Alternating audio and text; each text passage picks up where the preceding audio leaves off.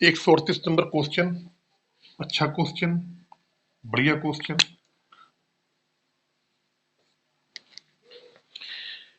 एक मकान का मूल्य 5 लाख रुपए है तथा इसके मूल्य में 10% प्रतिवर्ष कमी आती है। 10% इसका मूल्य कम हो जाता है। अमूमन जमीन का रेट बढ़ता है और मकान का रेट कम होता है अमूमन। कितने वर्ष में इसका मूल्य 3,64,500 रुपये हो जाएगा? ठीक है, देखो भैया रेट है वो क्या है 10%। 10% की फ्रिक्शन वैल्यू होती है 1/10।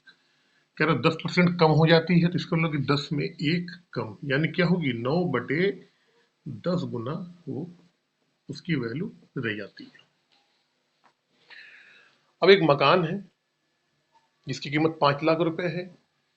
इतने गुने के हिसाब से उसकी प्रतिवर्ष उसकी क्या होता है, प्रतिवर्ष उसकी कीमत कम हो जाती है और कुछ समय के बाद, कुछ साल के बाद, कुछ टाइम के बाद उसकी कीमत जो है 3,64,500 हो जाती है। ठीक है, तो हमने किया कि भैया 5 लाख का मकान था वो, 50, 9/10 गुना के हिसाब से इसकी कीमत क्या हो रही, कम हो रही, जैसे सभी सवालों में करते थे। अब हमको टाइम नहीं दिया है तो मैंने आपको बताया था कि जितने वर्ष होते हैं उतना हम उसको गुणा करते हैं। अब हमें यहाँ नहीं मालूम कितने वर्ष हैं। अगर जैसे आपने पहले दिया, जैसे अगर 3 साल के लिए दिया है, अगर मान लो एक 5/4 हो, सॉरी 4/5 हो रहा है, तो हम क्या करते, 4/5 का करते थे गुणा। 2 के लिए होता 2 का करते थे, 5 का होता तो 5 का करते थे। इसका मतलब क्या हुआ कि हम जितना इसकी पावर लेंगे उतना ही हम टाइम निकालेंगे। हमने मान लिया कि n वर्ष बाद उसका दाम कितना हो रहा है, 3,64,500 हो रहा है। तो हमने n कर दिया यहाँ पे क्योंकि हमें समय पूछा नहीं गया है। समय का बल्कि t मान लो आप, टी मान लिया हमने कि टी वर्ष बाद उसका जो दाम है 3,64,500 हो जाएगा और बराबर कर दिया 3,64,500 की। ये बात किसको समझ में नहीं आई भाई? इससे पहले जो हम क्वेश्चन कर रहे थे यहाँ पे इसकी जो हमारा जो रेट होता था, जो हमारी दर होती थी, उसका हम कितनी बार गुणा करते थे, जितने समय होता था।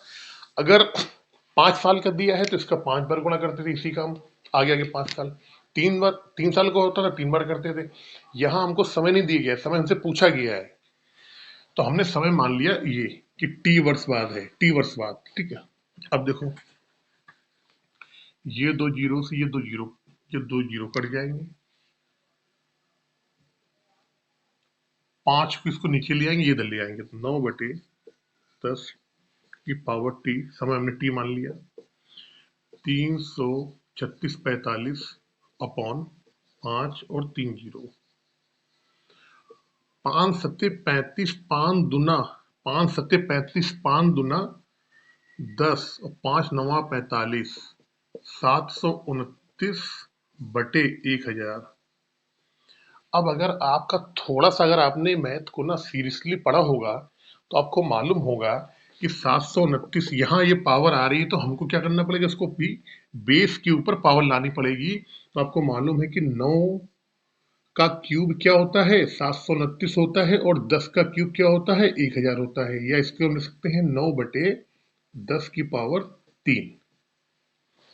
अब अगर आपने घातांक करनी पड़ी है, आपको मालूम है, तो आपको मालूम है जब बेस सेम होते हैं, जब बेस सेम होते हैं तो उनकी पावर बराबर हो जाती है। यहाँ बेस क्या है, 9/10 बेस है, आधार।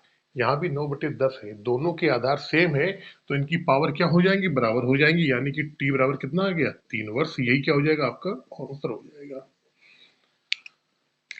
क्वेश्चन मैं आपको समझाता हूँ, आपको बताता हूँ तो ये लंबा होता है, मैं अगर करूँ तो ये में हो जाएगा। जब आप सीख जाएंगे, जब आपकी प्रैक्टिस हो जाएगी तो आप भी बहुत जल्दी इसको एक लाइन में कर देंगे आप। चलते हैं क्वेश्चन नंबर 139 की तरफ बहुत जल्दी से,